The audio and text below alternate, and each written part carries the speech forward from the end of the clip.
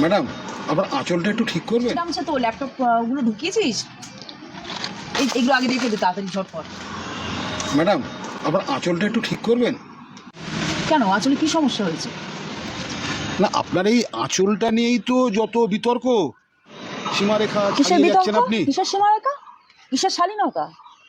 Who the hell has discovered the word শালীনতা? শালীনতা এটা কে, কার শব্দ, কোথাকার শব্দ? শালীনতা মানে কি?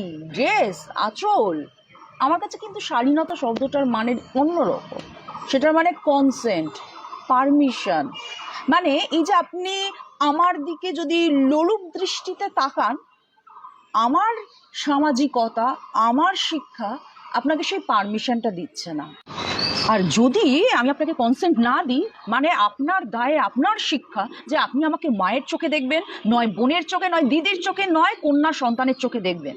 আমি এটা আপনাকে মিন করছি না। আমি জানি আপনি ইনফ্লুয়েন্সড বাই যে সোশ্যাল মিডিয়ায় কিছু মূর্খ মানুষ সমানে উল্টো পাল্টা কথা বলে যায়, সমাজের দোহাই দেয়। আরে যে সমাজ মেয়েদের অবজেক্টিফাই করে সেই সমাজকে আমি মানি না, মানতে বাধ্য নই, তাই না? এই সমাজে তো একদিন বিবেকানন্দকে বলেছিল বিবেকানন্দ, নেতাজি সুভাষচন্দ্র বোসকে বলেছিল কি তোজোর কুকুর, আর বিদ্যাসাগর, রামমোহন তাদের কি কাজ করতে দিয়েছিল শান্তিতে? রবীন্দ্রনাথ ঠাকুরকে তো বলেছিল বুর্জোয়া কবি। তো সেই সমাজের কথা যদি তারা তখন ভাবতো, তাহলে কি আমরা আজ শিক্ষার আলো পেতাম, নাকি আমাদের ভারতবর্ষে কল্পনা চাওলার মতো মেয়ে তৈরি হতো?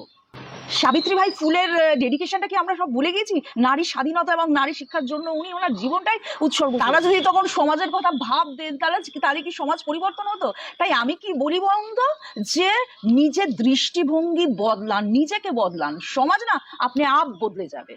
হ্যাঁ আমি জানি অনেকে বললো নিজেকে বিদ্যাসাগর ভাবতে শুরু করে দিয়েছেন, বিবেকানন্দ, মাদার টেরেসা ভাবতে শুরু, না না, তারা প্রণম্য ব্যক্তিত্ব। তাদের আমি ভগবানের চোখে দেখি, তাদের আমি প্রণাম করি, তাদের দেখানো পথে আমি জাস্ট অনুসরণ করার চেষ্টা করি মাত্র। তারা আমার অনুপ্রেরণা, এইটুকুই আমি বলতে পারি। তারা কখনোই আমি তাদের জায়গা নিতে পারবো না।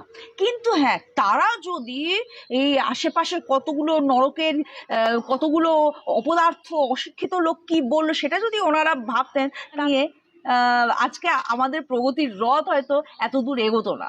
কত বাধা আসছে জানেন এই প্রগতির রথ এগিয়ে নিয়ে যাওয়ার পথে? এলাকার অনেক গণ্যমান্য ব্যক্তি তথাকথিত সোকল্ড, তারা কিন্তু চাইছে না প্রগতির রথ এগোক।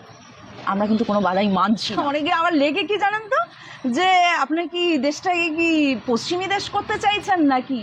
আমি বলি হ্যাঁ করতে চাইছি, কিন্তু 700 বছর আগে মোগলরাই কিন্তু আমাদের দেশে এই পর্দা ব্যাপারটা এনেছে, জানেন তো? ব্রিটিশরাই কিন্তু ব্লাউজ আর পেটিকোট এনেছে, জানেন তো?